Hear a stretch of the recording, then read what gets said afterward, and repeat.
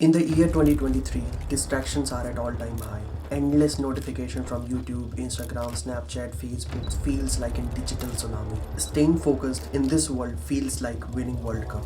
But here is the big news. In this era of constant noise, your ability to focus is your superpower. Join me, Harsh Patel, a final year MBBS student, as we dissect why distractions are skyrocketing and uncover and unfold the benefit of unwavering focus. Hit the subscribe button and trust me, you are going to want to harness this superpower in a world that is constantly trying to steal your attention. For your ease, I have divided the entire process into 12 easy, simple steps. Step number 1, acknowledge the distracted world. We need to accept the fact that we are not able to reach our goals, whatever it be, just because we get distracted too often and too easily. Goals can be of any type, be it academic goals or whether you are trying to study for one particular exam which is coming, which is due, or completing our assignment, or learning a new topic, starting a new subject and learning all the basic or the key concept of that subject. And acknowledging the fact we are not able to keep our focus at a constant place will give us why we exactly want to focus. Step number 2, the power of mindsets. Sometimes we make ourselves believe that having a focus or being able to focus on one particular task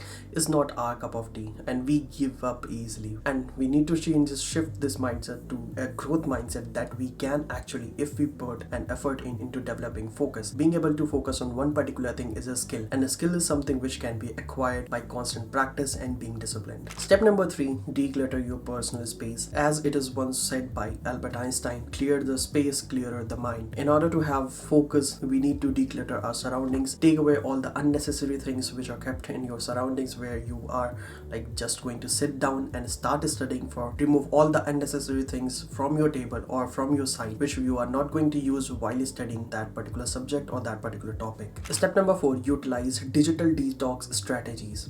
For example, if you're having everyone has a cell phone of their own, you can enable do not disturb, or you can use different web extensions inside your laptop which won't allow you to use different applications. You can set timers on different applications. Like personally, I have set 30 minutes timer on my Instagram app and 1 hour time on my YouTube app.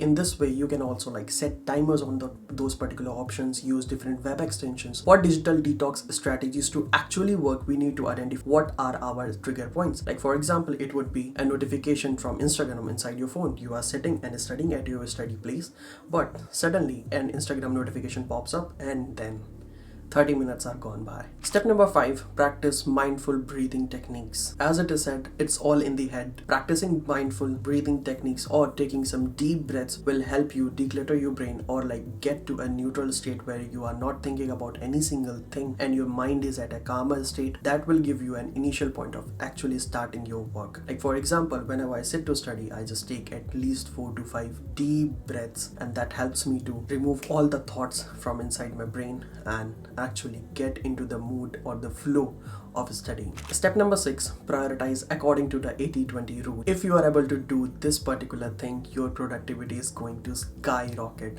Believe me, in this you just need to identify what is the most important chunk of information. Do it at first and then everything will be easy. And more about 80-20 rule, if you want to know, you can comment down and tell me. I'll make a separate video. Step number 7, time blocking your day. As students, we need to manage multiple things, and if you are living inside the hostel, then the things that you need to manage go up. So in order to not leave anything behind, because you don't have that flexibility or that option, you need to have an overview of all the things that you need to do and allot a particular time duration and then do them, so that nothing is left behind. And this thing can be done very easily to allotting a particular time duration to a particular task so that you cover all the activities. Step number 8, prioritize single tasking over multitasking. So this is going to be contradictory to multiple people who believe that multitasking gives you better results or more results, or helps you to do multiple things at one particular time and get them through the line. But according to me, if you ask me personally, focusing on a single task is much more, and it also does not lead to that mental fatigue which comes from multitasking. See, the thing is, if you are just starting out to develop focus, sitting down and doing one particular task is already hard for you, and to get into the flow state of doing that particular thing or studying that particular topic was already hard, and in the longer run it reduces your productivity and increases your mental fatigue. Step number 9, set realistic and clear goals. Why I'm saying realistic? Because when you're starting out, develop this skill, you must be okay, I can do this in very less time period, so let me allot very less time period to this thing when I'm time blocking my task. So you are overestimating over here. because you have just started, so you do overestimate. You come to know about yourself when you give yourself some time.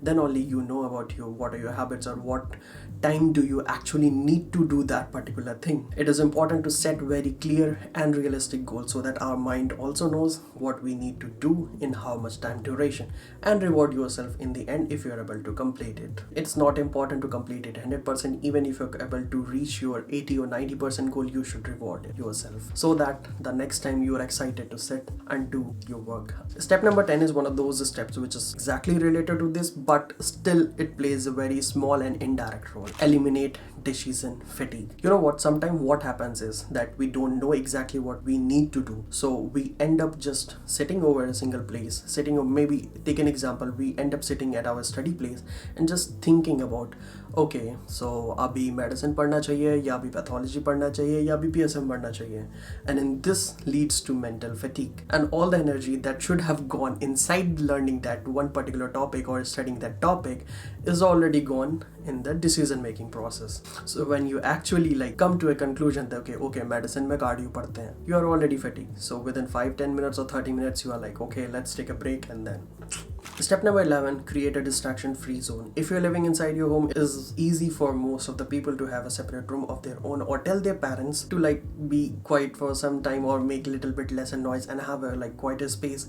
If you're living in the hostel, you can go to the college library because student dormitories won't be silent. You already know that. So you can go to the dormitories or dormitory study areas like we do have, or go to the library and have a quiet environment where you can sit and focus for a longer run. Step number 12, the power of music and ambience. This tip might not be useful for every single person out there watching this video, but it would help a few. Turn on some kind of ambient music, like for example, personally I use binaural beat of 7 to 15 hertz while I'm sitting and studying for a longer duration. It helps me to focus and keep my mind calm and clean. This was it. I hope this 12-step process helps you to develop focus in this distraction world. Thank you for watching and stay tuned for more videos.